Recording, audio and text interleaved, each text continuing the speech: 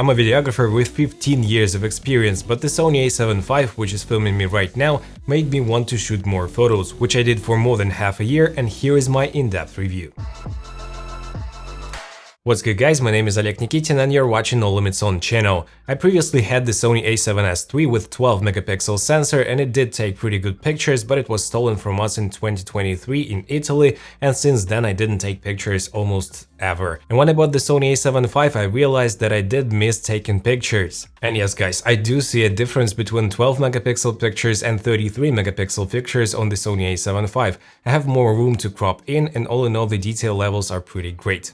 Next, let's talk about the outstanding dynamic range of this camera. It has a partially stacked sensor, but still the dynamic range is really great. When we pull out the info from the shadows, we don't have major issues with the noise levels, and also in the raw pictures you're able to retain a lot of highlights and shadow details. The next very important thing is the electronic shutter performance, because with this camera, because of the partially stacked sensor, once again, we have pretty decent rolling shutter performance, and most of the time I'm more than fine with using electronic shutter, retaining the mileage of the physical shutter as well, and all in all for portrait work or for street photography needs, if you don't use telephoto lenses and you don't shoot really fast moving subjects, the electronic shutter is more than enough. But of course guys, it does have some limitations, like in here when I was using the Tamron 35-150 at 150mm and trying to follow this bike rider. As you can see from the example, we have the effects of rolling shutter, so if you are using telephoto lenses, you'd better switch to mechanical shutter definitely. And one more killer feature of the electronic shutter is of course 30 frames per second. But guys, you have to keep in mind that it's only available with native Sony lenses and not all of the lenses are supported, so if you want to get 30 FPS, you'd better get like G lenses or GM lenses from Sony. And with third-party lenses like the Tamron, you are limited to 15 frames a second, which is not bad anyways. Also guys, I have to mention that in electronic shutter you have slightly worse dynamic range performance, so if you have a very high dynamic range scene with brightest highlights and darkest shadows, you'd better switch to mechanical shutter as well, and if you try to pull out the information from the shadows in the electronic shutter, especially in low light scenarios, you'll get slightly mushy results. So for the best performance in terms of dynamic range, you'd better stick to mechanical shutter as well. And one more really impressive feature of the electronic shutter is of course the pre-capture function, with which I was capturing those lightnings, and this was just a blessing. It is so easy. You simply half press the shutter, you wait for the lighting to happen, and then you just press and hold for like 2 seconds and you'll get a ton of pictures and you can catch the exact moment of the lightning, which is just looking so stunning. But guys, you need to remember that the buffer isn't huge on the Sony A7V, it's around 1 to 2 seconds, and after that the camera will slow down, and to have the best performance you'll need to use CF Express Type A card only, so if you want to try to use both cards, SD and CF Express Type A as well, you'll have slower buffer clearance. And guys, to get the most potential out of the photos from the Sony A7V, I use Evoto software. Up here at your left you have a ton of different presets, and they're both with color and skin editing as well. And right here at your right side you have your different tools in which you can play around with clothes and face, for example. So here we have freckles and acne, and let's apply it a little bit, and as you can tell right here, let's zoom in just a little bit, I have pretty deep freckles, so let's try to set it to none, and then let's apply it, and as you can tell it's doing a really good job, it's not looking fake. And also right here I have a pretty huge reflection from the sun. Here we have reduced face shine, and as you can tell at about 50% it's doing a really good job. So here you can see the before and after view. Let's do it 1-to-1. And as you can tell, it did really great. It also has removed some of the acne that I have on my forehead, and all in all, even this little pimple is doing pretty much fine. I also did a little photo shoot right here with myself, and as you can tell, the background is not perfect, definitely. And right here in the background adjustment, I can simply go to hit Unify Lighting with AI, and right here we have a pretty nice result, but we still have this little portion which is distracting, so we go to Background Changer and we can just change it like so. Pretty nice. Here is the black background, here is the gray background, no background at all, white one, anything you want to. And also guys, as you can tell here I have pretty wrinkled clothes as well, so let's get to clothes and then we'll de-wrinkle clothing, for example to 100%.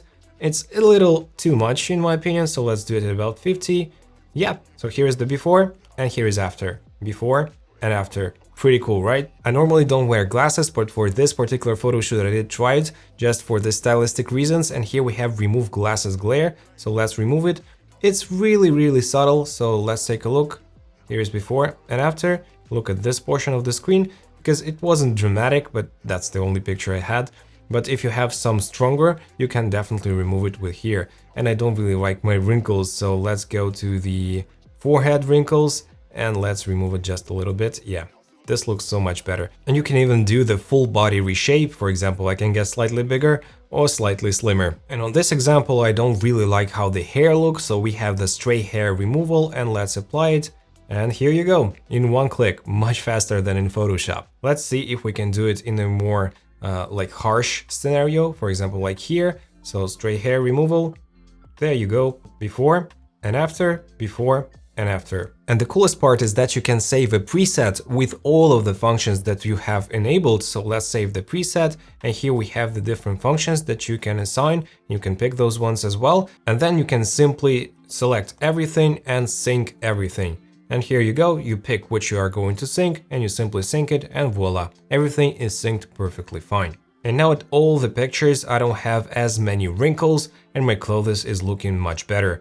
For example, right here I had pretty severe wrinkles on the clothes. Here is the before and here is after, no more ironing. The new users of Evoto get 15 free credits and a special discount code from me. This is called Limits, and it gives you 15% off of the annual subscription or 20% off on 200 credits pay as you go. And the link to Evoto will be down in the description below. Thanks Evoto for sponsoring this video. The Sony A7V also has one of the most advanced autofocusing systems, and I had zero issues with this autofocus. Like 99% of the time it was just spot on. But it doesn't mean that you don't have to use the autofocus settings in a good way, so these are the settings for photos that I find the most useful ones. The best AF mode for photos in my experience is definitely the autofocus continuous plus tracking spot, and I prefer the M size. You can just find the subject, half press to track, recompose the shot if you want, and full press to take a picture. Or you can release the shutter button to stop tracking. Works flawlessly and gives you much more precise control over your shooting scenarios. Also, I really dig the separate settings for photo and video. I can shoot in S-Log3 at ISO 800, and when I switch to photos, I'm back to standard picture profiles with the previous ISO settings at around 100, and it's so easy to use and customize. My previous 3 cameras didn't have a viewfinder. I had the Sony ZV-E10 Mark II, ZV-E1 and Sony FX30, and I didn't realize that I actually missed the viewfinder. And the viewfinder in the Sony A7V is actually pretty bright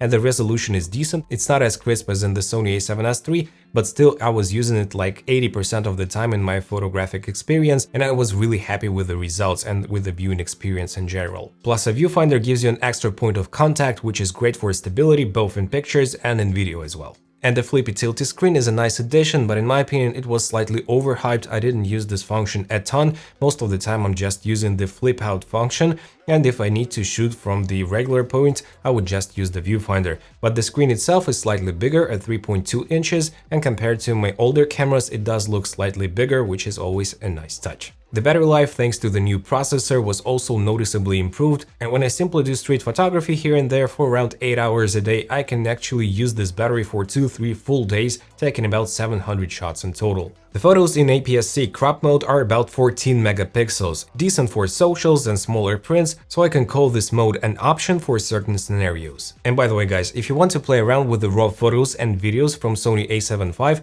I have a Telegram channel, I'll link it down below in the description, and you can find the post from 18th of May 2026 and simply download those and play around with them. And speaking of raw photos, the colors look great and the auto white balance is doing a nice job. Raw photos have a ton of dynamic range and colors don't fall apart when you try to push and pull the image in post. In terms of resolution, 33 megapixels is plenty for almost everything. Manageable file sizes, but really good detail levels. Also, my colleague who fixes hundreds of cameras said that the shutter mechanism in the Sony A7V is from the Sony A7R5 with 500,000 plus shots, and it's much sturdier than in the Sony A7 IV. I would say if I were a wedding photographer, I would definitely get 2 Sony A7Vs instead of one Sony A1ii. And I would get most of the features aside from 50 megapixels, which you don't really need for wedding photography, to be honest. To conclude guys, I'm more than happy with the Sony A7V as a photo camera, and I would definitely use this camera for professional use cases. And if you want to learn more about the video side of the Sony A7V, here is my in-depth real-world video review of the Sony A7V.